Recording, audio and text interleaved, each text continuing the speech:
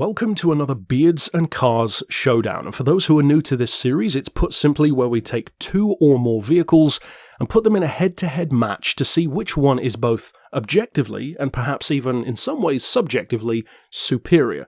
But not just in terms of performance. This isn't going to be a quarter-mile drag race. We're talking performance for sure, engine, but we're also talking comfort, space, looks, sound, handling, and even stuff like economy, used values, and things that you should potentially look out for. And of course, as I always like to say, if you are a current owner of one of these, maybe if you've owned both, or maybe if you're in the market, as many viewers probably are, chances are that's why you're here, tell me down below at the start of the video, which one of the two do you initially like more, based on maybe the way it looks, or what you know about the car, maybe you've previously driven one or both of them, and then maybe reevaluate that at the end of the video and see if you still feel the same way. Because spoiler alert, my feelings on these cars definitely changed after driving both of them. Now the two cars in question are vehicles which, to be honest, I didn't originally plan to do a matchup for, because although they are definitely siblings, one is nose to tail to the other in terms of the production run, they just didn't seem that much like they crossed over to me because of primarily the difference in price.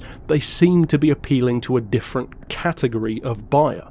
But then I noticed, curiously, in both of my reviews for these cars, I've reviewed the 635d and the 640d that you can see here in their own independent videos, which you can click on down in the description to hear those, maybe even after this video.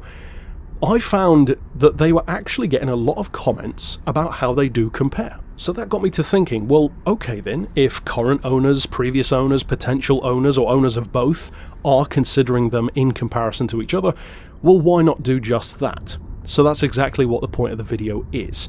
First of all, let's get the generations out of the way, because BMW has all kinds of names and monikers and numbers for all of these different cars, so for the sake of reference, the blue car in this video, with more of the tan kind of interior with a convertible roof, is the 635d, and that comes from the E63 or E64 shape era. The E63 is the hardtop, the E64 is the convertible that I'm driving. In the case of the newer car, which of course is red from the outside, or because of YouTube's weird color processing, probably more of an orange in this video for some reason, and from the inside you can tell the difference because the camera angle is on more of a Dutch left slant for easy reference. That car is the F generation, so the F12 is the convertible, the F13 is the coupe that I'm driving, and interestingly, although I'm probably not going to talk about this that much in the video, I do want to point out a third dark horse contender in this match.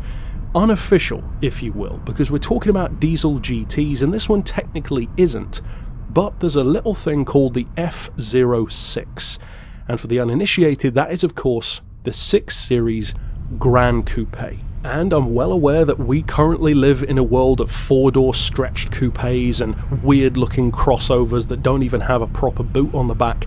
Not everyone likes them, and I don't even like all of them. However, I will say that based on my experience with this 2-door version of the newer car, the 4-door might actually be worth more of your attention than you might think, for some of the reasons that we're going to get into in this video. See, the newer car has more tricks up its sleeve than the older one, and that in some ways can be a little bit of a downfall, but an advantage as well. And again, stick around to hear why. Now first of all, let's talk about the production year, because what could you expect to find on the market? Now of course I'm going to be talking about the UK market in particular, because that's where I live, but you can use a lot of the stuff that I'm talking about regardless of where you live in the world, because it's more, you know, performance, power, that kind of stuff, which doesn't change that drastically. Now for the older car, you're looking at 2007 to 2010, those are the kind of years you're going to find, and for the newer car, 2011 up to 2018. So as I said, they really do bump up nose to tail in terms of those generations. A human centipede of BMW coupes, if you will. Now, in terms of prices, with that wonderful image in your head, what could you expect, and what, crucially, should you expect to be paying for either of these cars? Well, first of all, let's talk the entire range of price. Now, I want to make it clear, first of all, these are not the prices I would recommend paying. This is just what you should expect to find, at least in the UK. Now, for the older car, you're looking at a baseline of 5 grand, and it can go all the way up to about 10 or just over. So that's a fairly narrow window. That's pretty good in terms of finding one, because a good one is going to be somewhere between those two.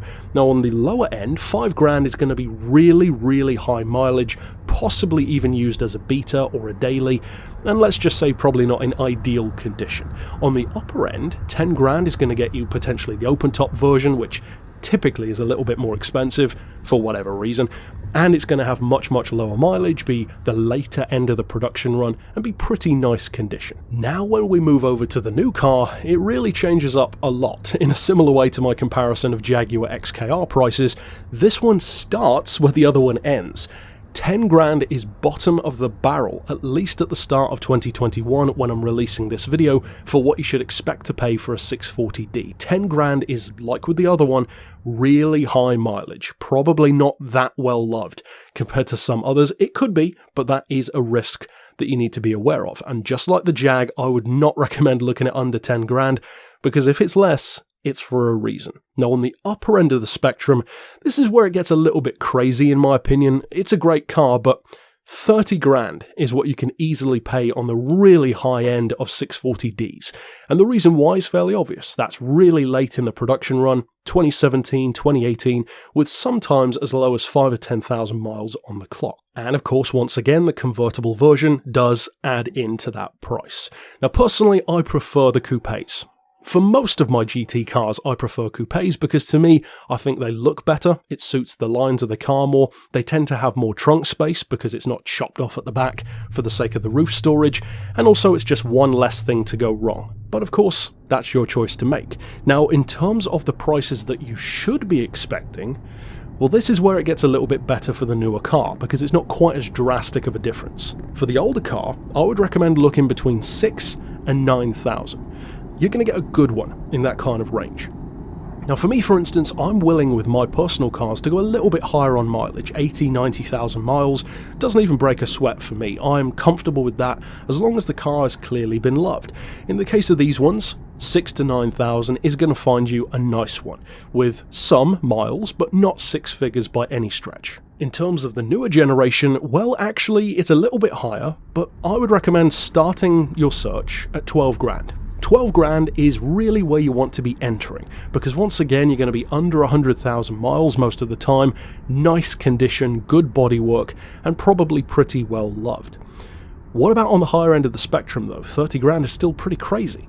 Well, I'm bringing that down a lot. I'm going to say you don't really need to look above 20, unless you are obsessed with getting super low mileage or essentially buying what is ideally a showroom car that just happens to be a couple of years old. Most of us probably aren't going to do that. If you've got that kind of money, by all means go for it, but I would set the upper end cap at about 20 grand. And if I were going to buy one of these, I'd probably be looking at the 12 to 18 region, because that seems to have a lot of really good ones in there. So 6,000 to 9,000 on the older car, 12 to 20 on the newer one. What then in terms of the tech? And of course, let's talk about the engine first of all. Now, the deceptive thing about the two cars is that on the surface, the specs can seem fairly similar.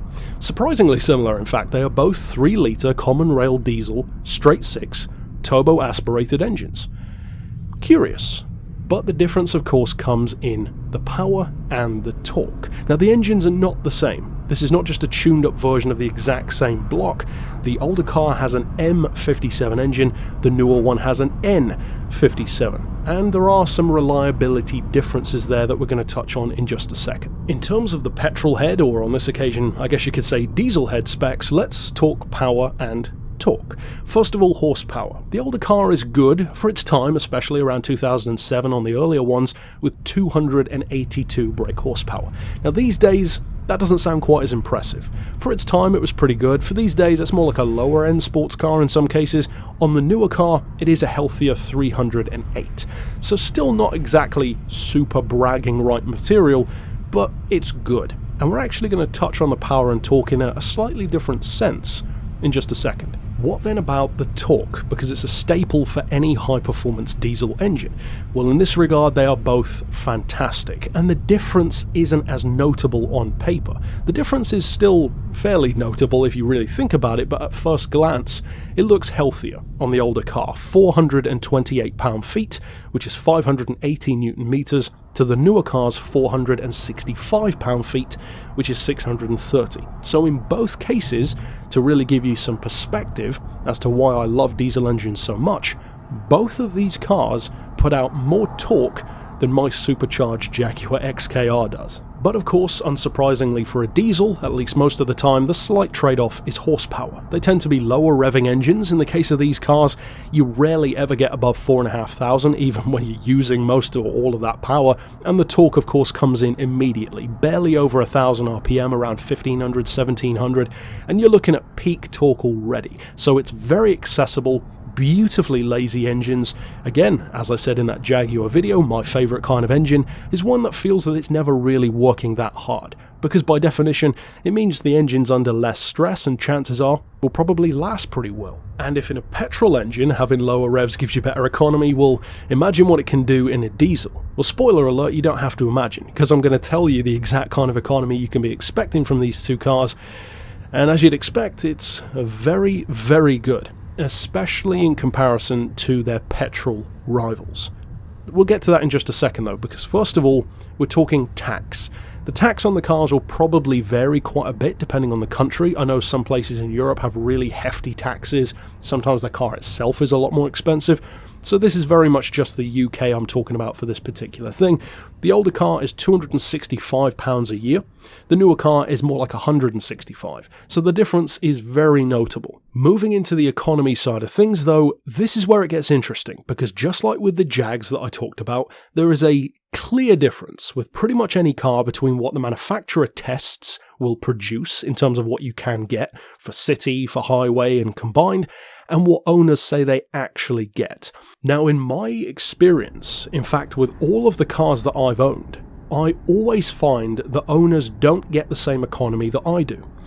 And it's because, put simply, I tend to drive like an old man a lot of the time. I like to be more restrained, I prefer to cruise most of the time in my cars, and so I do tend to save more fuel than just flooring it everywhere. Of course, in any performance car, diesel or otherwise, it's going to drop like a stone if you drive like you're in Need for Speed through every corner. So what should you be expecting from these two? Well, the older car is already great. The city rating is 30 miles per gallon. The highway is 50 and the combined is rated at 40.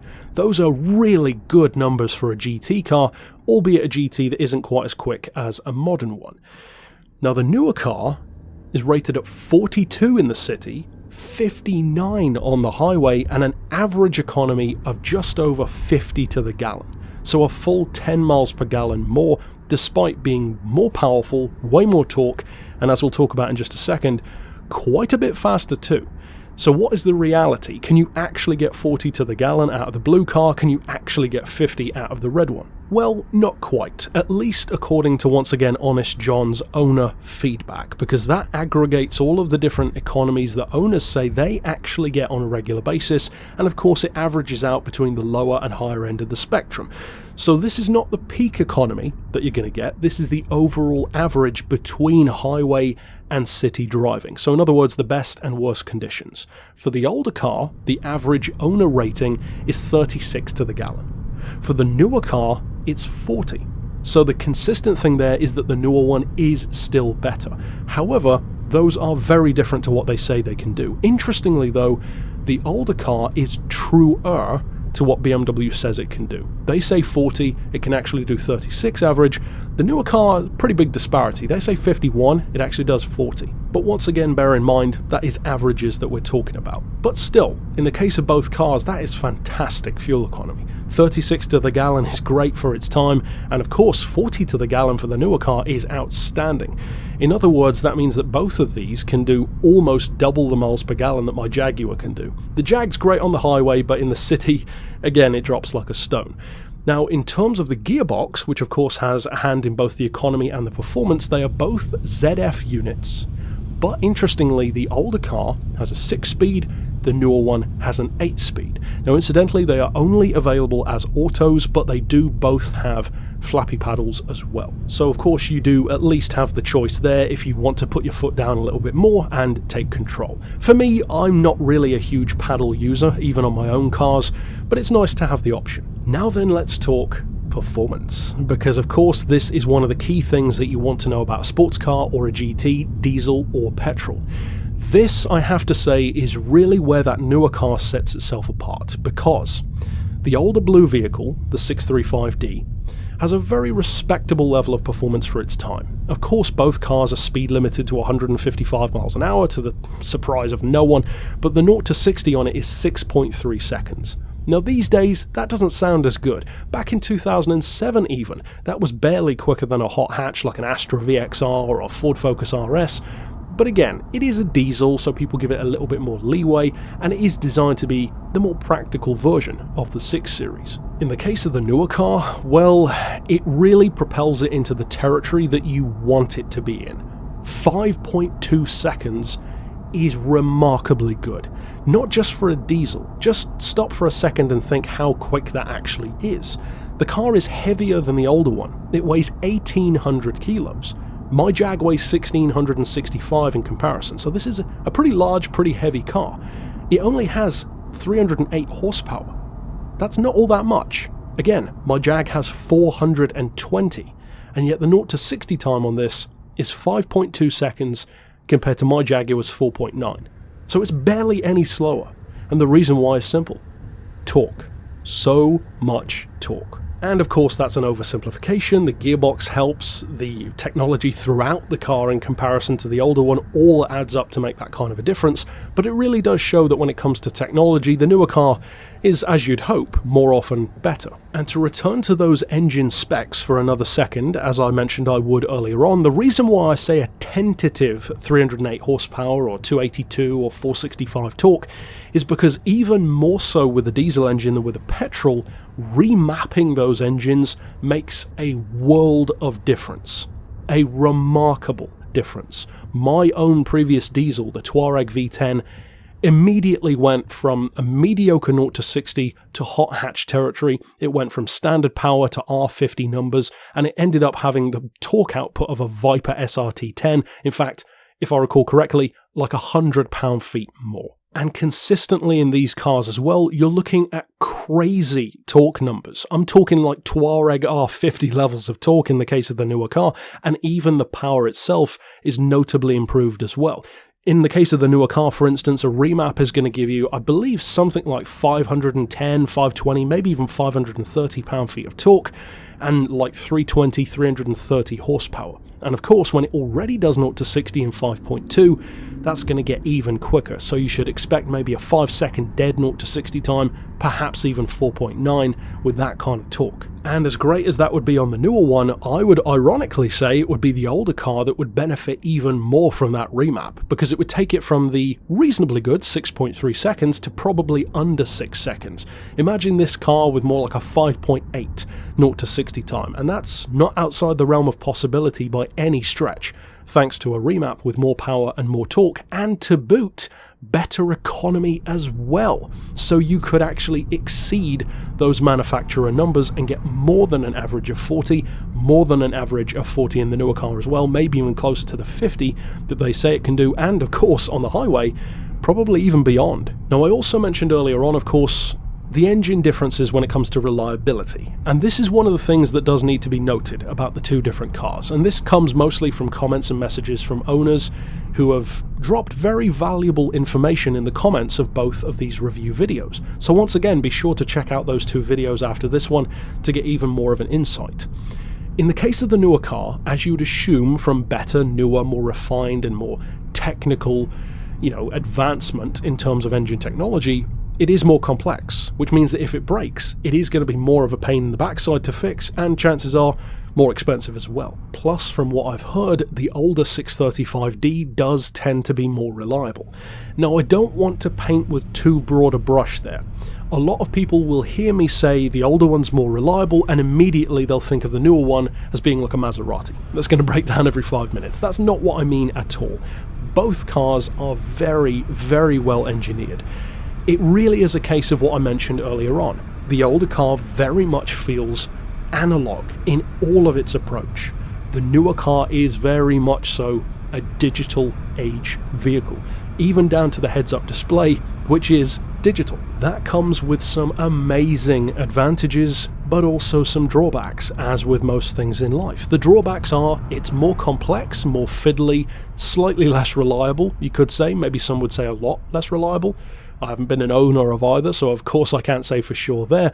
But think of the trade-off. It really brings it into Jaguar or Maserati acceleration territory, and vast improvements over the already impressive economy. What then in terms of living with the car from an interior point of view? Practicality, trunk space, rear space? Well, actually one of the things that consistently impressed me about both of these cars, especially in comparison to my own, the Jag once again, is that these are proper 2+2 GTs. The rear space is very impressive, and I've heard some owners say that they didn't think it was that great, but trust me, if you think these aren't great, you must have never owned a Jag XK, because these have so much more legroom in the back. Just look at the rear seats in the newer car. They are so big, and you can see it to the right of some of these camera angles. They are really properly sized rear seats, not just the token additions that you'd have in something like a Jag or a Porsche 911. Again, I'm not necessarily saying you're going to get 4 6'7" people in the car, but it's more than enough for kids. In terms of trunk space, they're both pretty good. I mean, again, it's a GT, it hasn't got the best trunk space in the world, and unfortunately neither of them are hatchbacks, which is one of my favourite things about my Jag. In terms of the rest of the space, you know, primarily for the driver, maybe for that front passenger as well, the new car definitely impressed me more. Now, again, I want to reiterate, the older car still has great amounts of space, it's really comfortable, good headroom, it's well equipped, but again, it feels of its time. It looks and feels like a 2007 car. The newer vehicle to me, and this is a clear delineation between them, when you sit in the newer car and look at it and drive it and feel what it's capable of and look at all of those amazing specs, to me the newer car could be released next year and it would still feel impressive. That's the key difference when it comes to feel. Now, speaking of those more ergonomic or aesthetic side of things, of course the look is always down to personal opinion, and for me, I actually had a 180 on these cars. I used to by far prefer the older shape. To me it looks like a shark, it's a classy, clean looking car, somewhat understated, and I still think that the M6 of that generation with the V10 engine does look better than the new one. In the case of these though, I like the newer diesel more, because it's a little sportier. This one, for instance, is the M Sport, which has the more aggressive front bumper. There are two primary versions. You've got the M Sport and the SE. The SE looks a little bit more executive. Underneath, though, you're looking at similar, if not exactly the same tech, though. And so, ultimately, the looks are, of course, always down to you. To me, I still love the older one, but the newer one grew on me very quickly, and now I do like the look of it more. In terms of driving feel, stuff like the handling, the comfort, the steering, how fun it feels, of course the sound has a factor in that as well. Well, I have to say this is where the new car really takes the cake for me. The performance is worlds apart, but even the way it feels through corners, the way it drives, the older car is great. The older car actually reminds me, funnily enough, of a comparison between two other Porsches that I drove, the 993 generation from the 90s, that really round, bubbly Porsche 911, and the much newer 997, the last of those old school Carreras in around, 2010 kind of time. The difference between the two cars was notable. They both felt great, but they were so different. The older car felt chunkier and more like a tank of its time. The newer car, perhaps a little bit more delicate, but all the better for it in many performance and feel related ways. More like a fine watch compared to, like a big ornate sundial. Both are cool, but they are very different. And that is definitely the case here. The newer car just feels so much more involved. The older car felt, to me, almost what I would describe as passive. It felt like it was just a machine. A very well engineered, really impressive machine. But it didn't have the fun factor that I want from a GT personally. It felt really impressive, but not the kind of car that I would actually buy. I did consider one, but then after driving it, not quite as much, and at the time that was in comparison to a Touareg V10, which I ultimately went for. In the case of the newer car, well, funnily enough, my personal recommendation, and it doesn't get much higher than this, is that I actually did consider getting one of these instead of a Jag XKR. Ultimately, of course, we know the choice that I went for, But again, that speaks to the praise and consideration that I give to both vehicles. In my opinion though, there really is no contest when it comes to the driving feel. The newer car feels so much more responsive and so much more involved. It feels like a proper GT. You don't even notice that it's a diesel. It's not a gimmick, it's not even a part of the car's character anymore, and although that could be considered or sound like a bad thing, trust me, it isn't. It is velvety smooth compared to the older car's more sledgehammer approach to torque, and I actually like that more. The acceleration on the newer car, partially due to that 8-speed, really smooth gearbox, is just relentless. It wafts you down the road so rapidly. In some ways it kind of reminded me of a Mercedes CL class, that huge two-door coupe version of the S-Class. Really impressive driving feel. Ultimately then, there's not too much else I can say about how these cars compare without beginning to repeat myself, and of course I don't want to do that. So my ultimate recommendation is that these are very much so for different kinds of people. I would wager that the vast majority of older buyers would probably like the older car more. Not just because it's older, but because it has that more familiar approach. It doesn't feel like the car has left without you in terms of technology. It feels known, it feels relatable, and it feels almost like the pinnacle of what that era could be. The newer car, for me, feels more youthful. And that doesn't mean an older person wouldn't like it or can't buy it, of course. It's just, it's got that personality. It's louder, it's slicker, it's much more overtly stylish rather than elegant. And the performance is probably, for some people, a little bit too much. I could certainly see some older drivers finding it too responsive in terms of acceleration. It really is that fast. Overall though, I would say another thing which is key to keep in mind about the newer car is the fact that you can have it with all-wheel drive. So as I said earlier on, the newer car has some very notable tricks up its sleeve. The two main ones being that you can buy it with all-wheel drive, and the older car never came with all-wheel drive. And in the UK, you guys know I will always choose all-wheel drive if it's available. And of course, the fact that you can get the newer car as a four-door version, the Grand Coupe, with basically everything else I've said still remaining intact, including that crazy 0 to 60 time, well, that's a pretty huge advantage for maybe a family man as well, because you've already got 4 seats in the coupe, but the 4-door gives you more accessibility and of course more legroom as well, with the only real sacrifice being that it's not quite as sleek to look at. But I saw one the other day on the road and they do look pretty damn good in the flesh, or in the metal in this case. Overall though, that's it for my thoughts. As I said, tell me your thoughts down below, especially if you are a previous owner, and of course if you want to watch more Rivals matches here on the channel, or individual car reviews, click the playlist here on the screen now, and be sure to stick around for more in future because there are more Rivals matches to come. But for now, as always, thanks for watching.